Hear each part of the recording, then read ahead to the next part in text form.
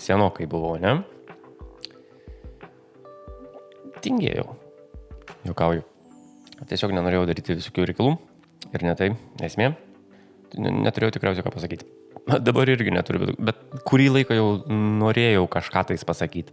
Ir pasakyti. Jo. Žiauriai nustebau, kad kiek Lietuvoje dabar yra visokių podcastų. Aš šitą marmalą, kur čia, jūs netgi suskraibina dar vis, kas man labai yra keista. Tai pradėjau prieš 3 metus ir jis tebekybo tokioj fazėje 300 ar 400 subscriberių. Bet kiek dabar visokių yra podcastų, dieve brangus. Aš turiu galvoje lietuviškų, kurių netgi neturėtų būti, nes aš ten kartais nesuprantu, kas vyksta. Ir vis tiek turi kažkokią auditoriją ir kaip ir aš daro kažką tais. Bet yra labai daug visokių nesąmoningų, kur matyt dabar yra tas etapas, kai postpandeminis etapas, kai žmonės sugalvoja, kad jie gali daryti ir jiems galvoja, kad jiems paeis. Sėkmės. Kas vasara baigėsi? Šiandien yra... Kokia šiandien diena? Šiandien yra antra jau rugpjūčio pusė ir jau porą savaičių ir vasara. Daug įvairių pokyčių buvo. Nuo paskutinio karto, kai aš kalbėjau į mikrofoną, net nežinau, reikės pasižiūrėti, kad aš ten paskutinį kartą kalbėjau. Tai šiaip mano gyvenime daug reikalų įvyko, įvairių tikėtų ir netikėtų reikalų įvyko, kur net nebūčiau taręs, kad jie gali būti tokie dalykai. Na, bet visai malonu. Toliau, egoizmo vedinas, aišku, aš taip pat vėl užlipau į labai aukštą kalną, kuris yra 5 metrais žemesnis nei praeitais metais aš lipau į aukščiausią kalną.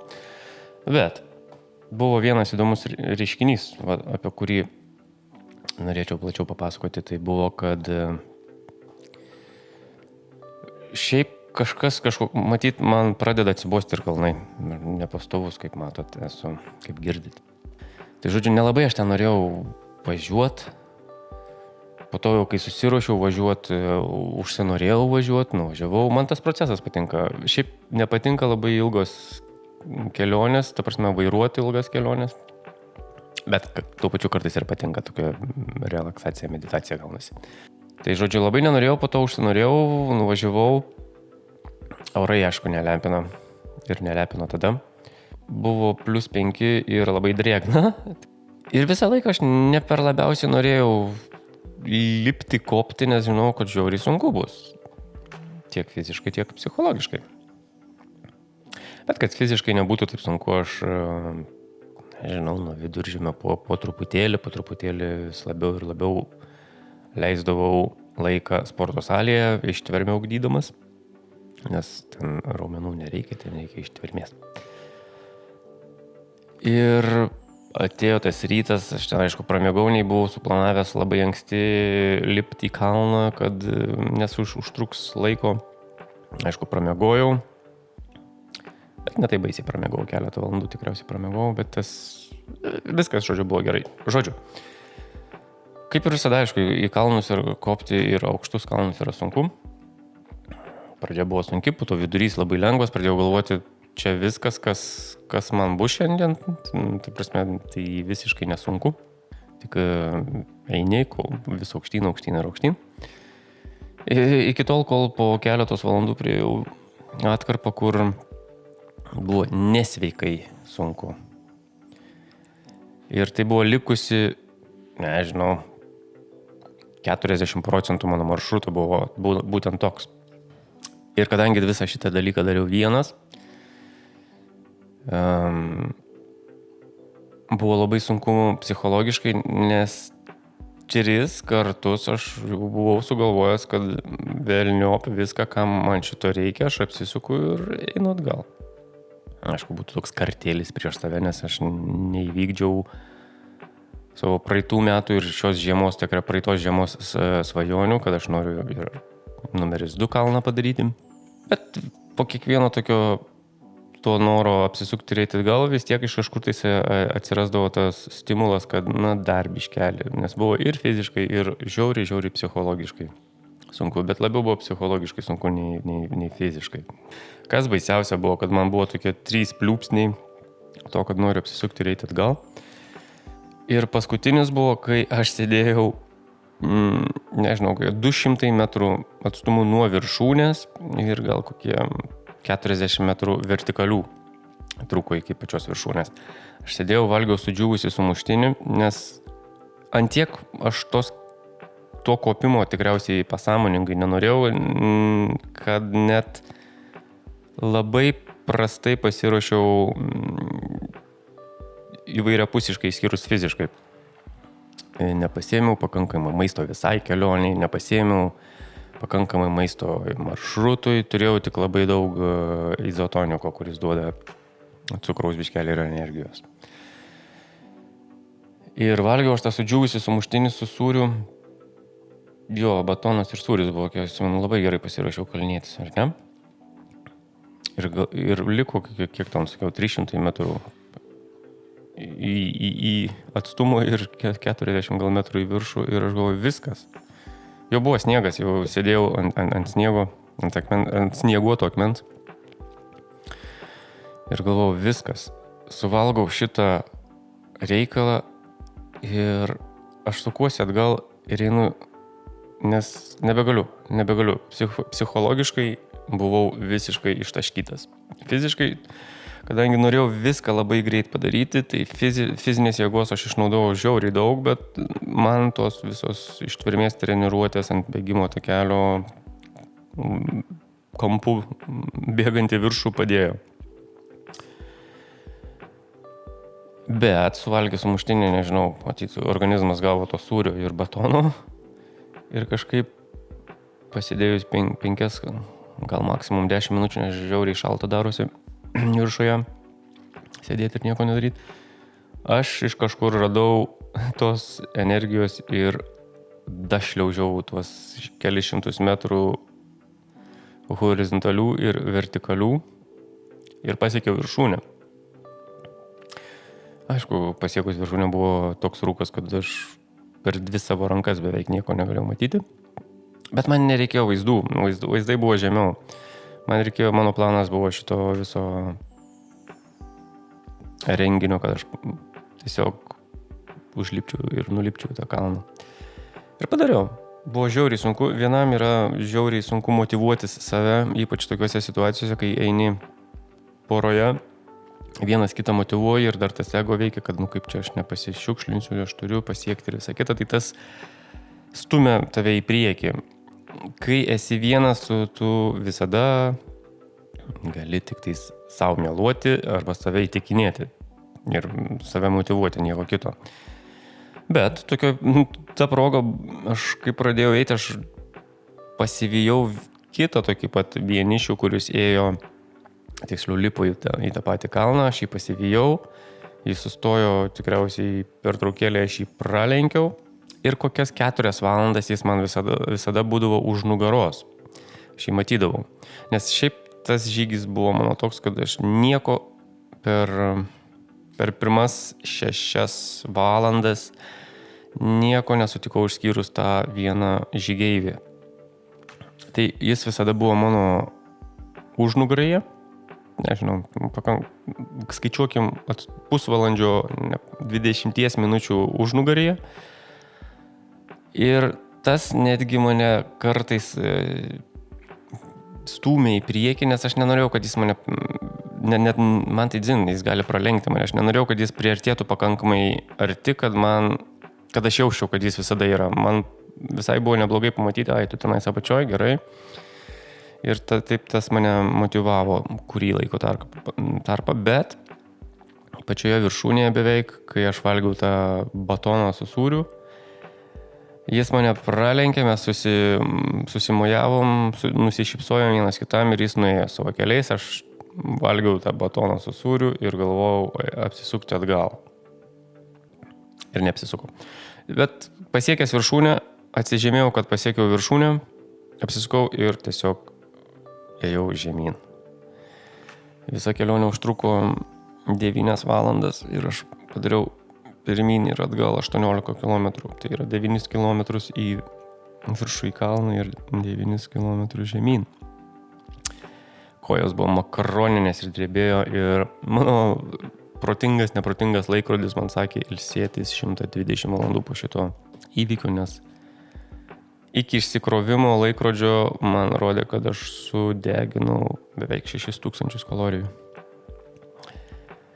Buvau pavargęs. Tai grįžau į apačią, susipakavau palapinę ir tiesiog sėdau į mašiną ir važiavau, nes buvo apie 5 valandą vakaro ir dar važiavau kokias 6 valandas, jeigu ne 6 valandas, kol pasiekiau namus. Tai buvo žiauriai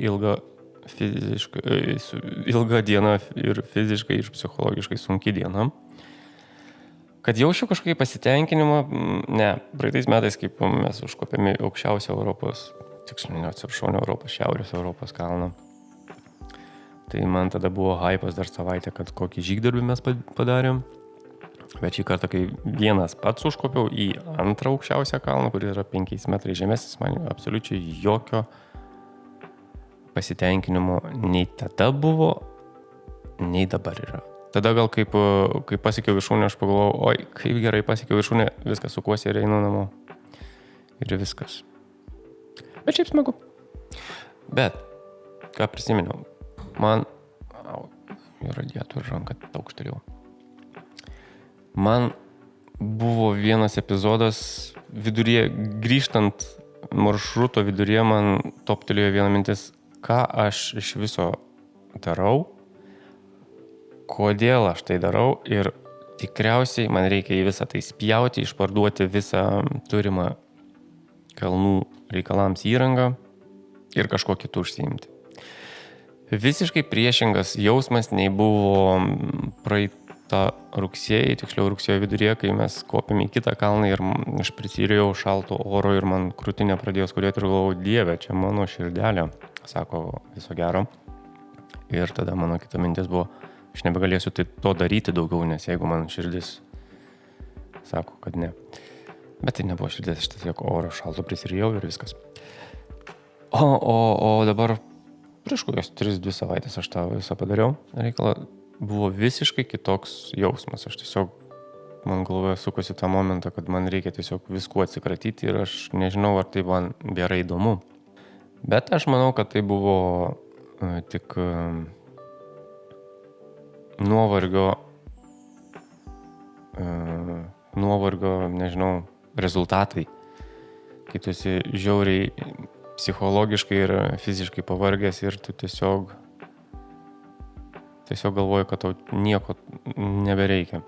Šiaip kopimai į kalnus yra labai geras dalykas ugdyti savo ištvermę, tiek psichologinę, tiek fizinę. Ir aš nekalbu apie tos mažiukus kalniukus, kur 600-700 metrų yra, kuriuos mes bandom užkopti ir galvojam, kad tai yra wow, žygdarbis. Ne, aš kalbu apie šiek tiek didesnius kalnus. Tai yra labai teisingas būdas ugdyti savo ištvermę, tiek fizinę, tiek psichologinę. Turiu sąskaitoje dar vieną aukštą kalną, bet gal man tokie tie susimaišę visi jausmai yra dėl tų dalykų, nes aš praeitais metais labai daug kalnų išvaikščiojau ir aš šiais metais absoliučiai toli gražu nuo to skaičiaus, kurį padariau praeitais metais. Labai toli gražu, gal netgi 3-5 kartus mažiau. Ir aš žinau, kad tai aš nebepadarysiu šiais metais. Iš kitos pusės, o ką man reikia? Turiu pakankamai nelabai aukštus, bet aukštus kalnus jau savo kišenėje. Esu paleidęs projektą kitą, kuris yra susijęs vien su kalnais. Labai daug informacijos apie tam tikrus kalnus, apie kalnų maršrutus, kur galima užlipti nesunkiai arba kur galima sunkiai užlipti. Tai yra mano naujausias projektas. toks tas naujausias, metai laiko, bet kol kas yra mylimiausias mano projektas, aš tą puslapį atnaujinu labai dažnai. Ten mano asmeninių kelionių tikriausiai jame nėra, bet yra informacija susijusi su kur galima visai neblogai apsilankyti, jeigu jums patinka. Bent nebūtinai užlipti, bet galite kažkokius garsus leidžia. Nebūtinai lipti į tos kalnus, bet galima pro juos važiuoti, žiūrėti, grožėtis ir apie kalnus ir ledynus. Turiu. Dalį jų jau esu pats įveikęs. Tai va toks naujas projektas mano, kuris nereikalauja labai daug energijos ir man visai patinka.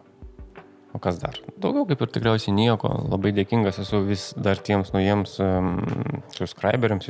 Aš neįsivaizduoju, iš kur jūs atsirandat, kaip jūs randat visą šitą reikalą, bet kartais būna, kad jų per savaitę jūsų tenais prisuscribina.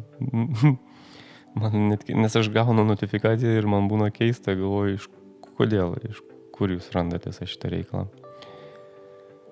Bet jeigu subscribinat, matyti jums patinka kažkas tais. Kad epizodus ten daryčiau reguliariai, tai aš neturiu planų, nes kažkaip nežinau. Bet padarysiu, išleisiu vieną kitą tikrai. O dabar ką, viskas, viso ko geriausio. Beje, tikriausiai vaizdą matysit, tai bus iš drono filmuotas vaizdas tų kalnų papėdėje, kur aš praleidau 4 dienų. Gyvenau ir ruošiausi lipti į kalną. Tai va, viso ko geriausio.